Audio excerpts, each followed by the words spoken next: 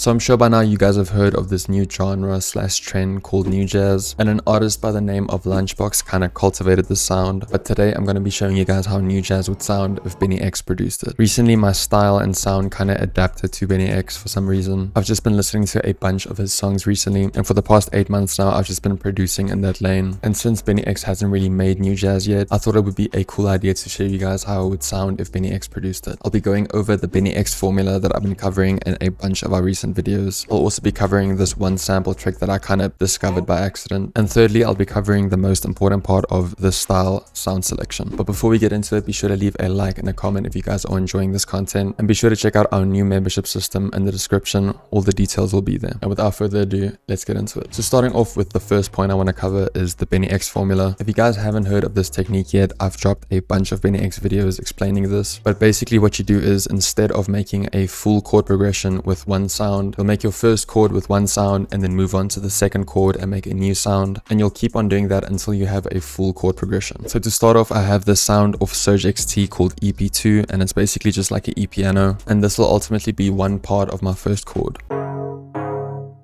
And for my second sound, I chose another E piano. It's the EP1 preset under keys. And as you can see, the notes I'm laying down are really subtle. You don't want to do too much because I feel like the more sounds you can implement in the beat, the more unique it'll sound. And as you can see, I lay down a bunch of like single notes and 2-note chords for these sounds. But moving on, I have another sound from Surge XT. It's a pluck sound called Good Childhood. And this is now starting to lean towards more of a top line than actually part of the chord progression.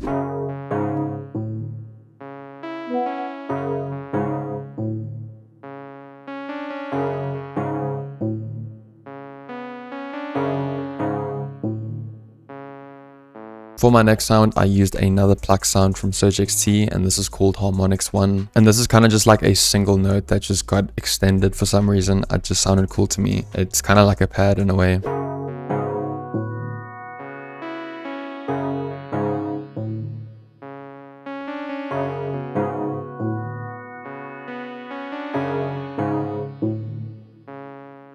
After that, I added on this lead sound that I pitched down by like 2 octaves. So it kind of gives the effect of a sub bass in a way. And this preset is called Resurface 2.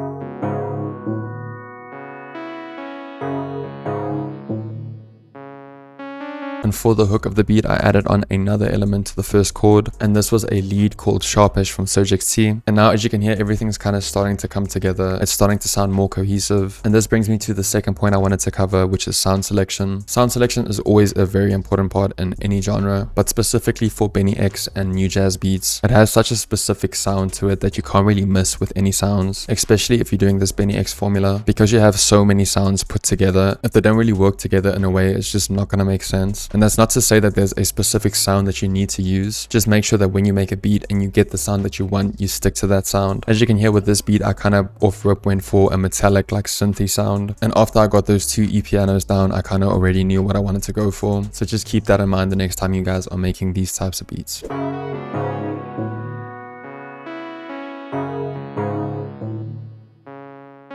And then for the second last sound, I added on another lead, and this is called Riman. And this was just a top melody that I added at the end of each bar.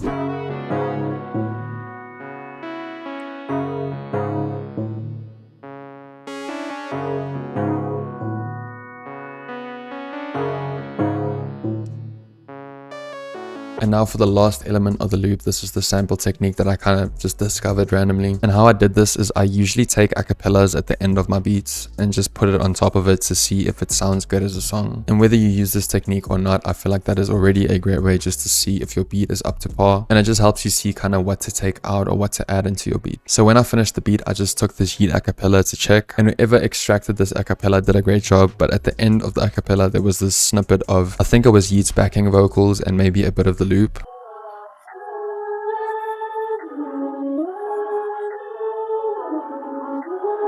And obviously when you're choosing an acapella for your beat, you're making sure it's in the same key as your beat. So it kind of just makes sense to take this snippet and put it in my loop, and it just worked.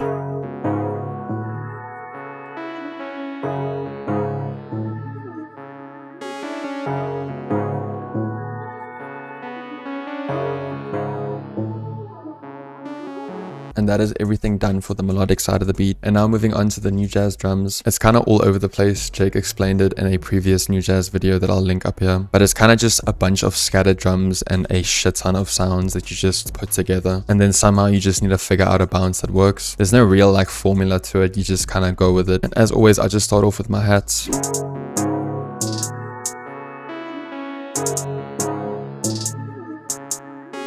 And moving on to my claps. In this genre, they kind of use a bunch of claps and layer it on top of each other, or they just have a bunch of off snares that play throughout the beat. So I started off with this gatchy clap.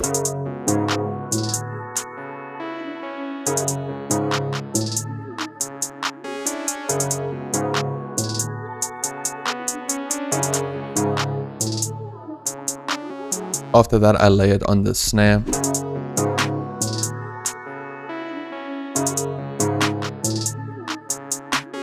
And then those were kind of the main two snares that I had layered. After that, there was just a bunch of off snares with rolls. I added on this metallic snare and this catch snare as well.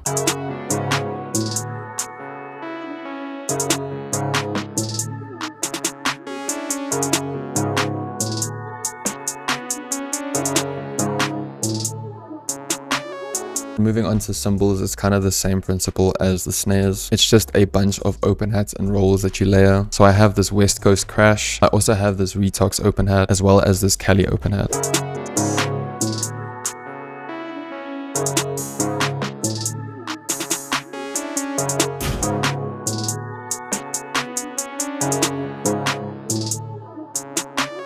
And then moving on to the 808s, same thing once again. It's a bunch of random shit just dropped on top of each other. I don't know how else to explain it. It's straight up just layering on top of layering. But I started off with this Yeat 808.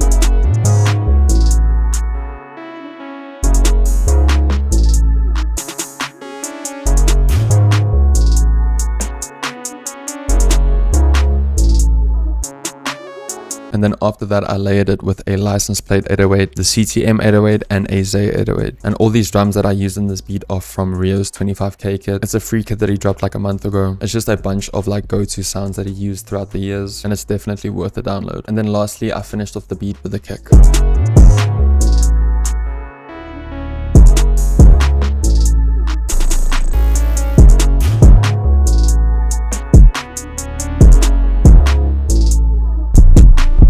Once again, be sure to leave a like and a comment if you guys enjoyed, and be sure to check out our membership system in the description as well if you want this FLP as well as all our tutorial FLPs and a bunch of exclusive loops each week. Once again, we appreciate every single one of you guys for the constant love and support, and I'll see you guys in the next one.